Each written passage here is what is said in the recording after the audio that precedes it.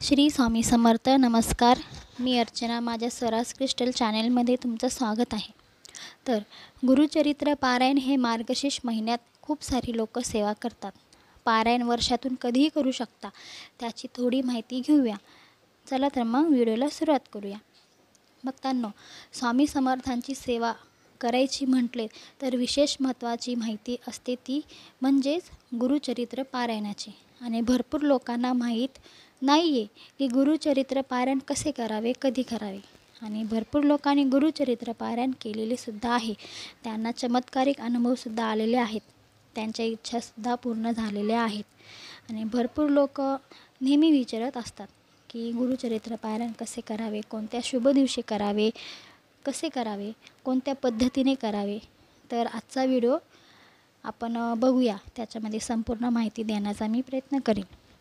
तर मित्रांनो, पारायण करण्याचा शुभ काळ आणि शुभ दिवस कोणताच नसतो. तुम्ही कधीही पारायण करू शकता.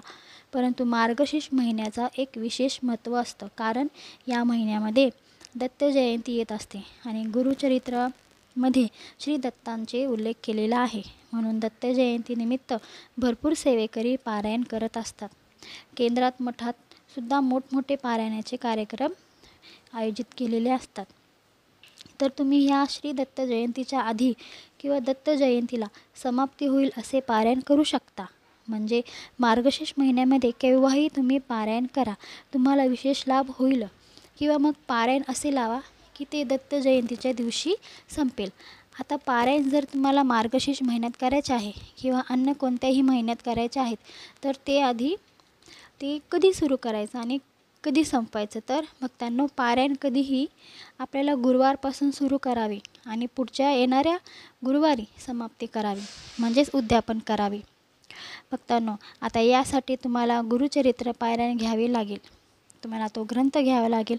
स्वामींच्या केंद्रात तुम्हाला आरामात मिळेल किंवा तुम्ही ऑनलाईनसुद्धा मागवू शकता.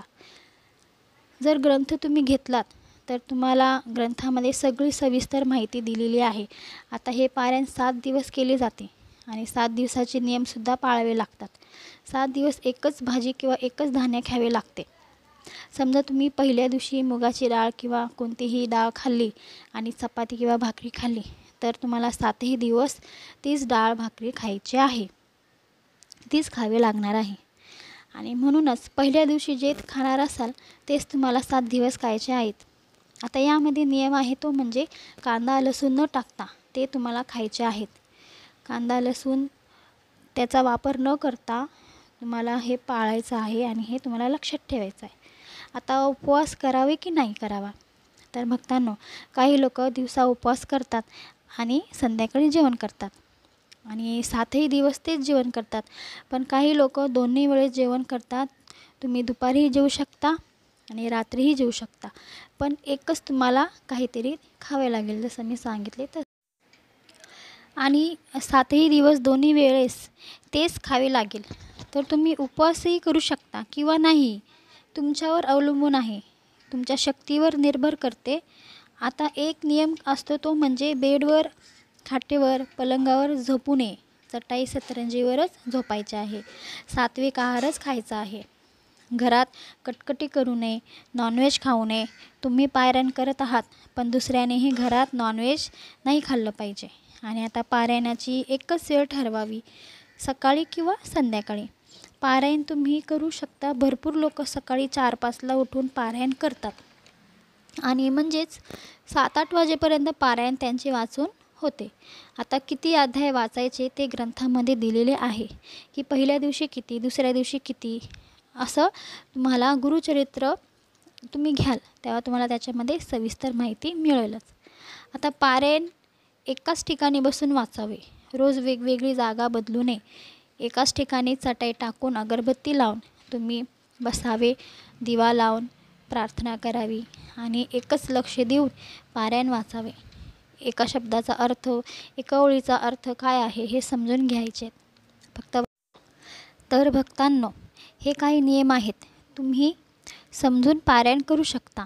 तर नक्कीच मार्गशीर्ष महिन्यामध्ये पारायण नक्की करा, लाभ तुम्हाला होईलच.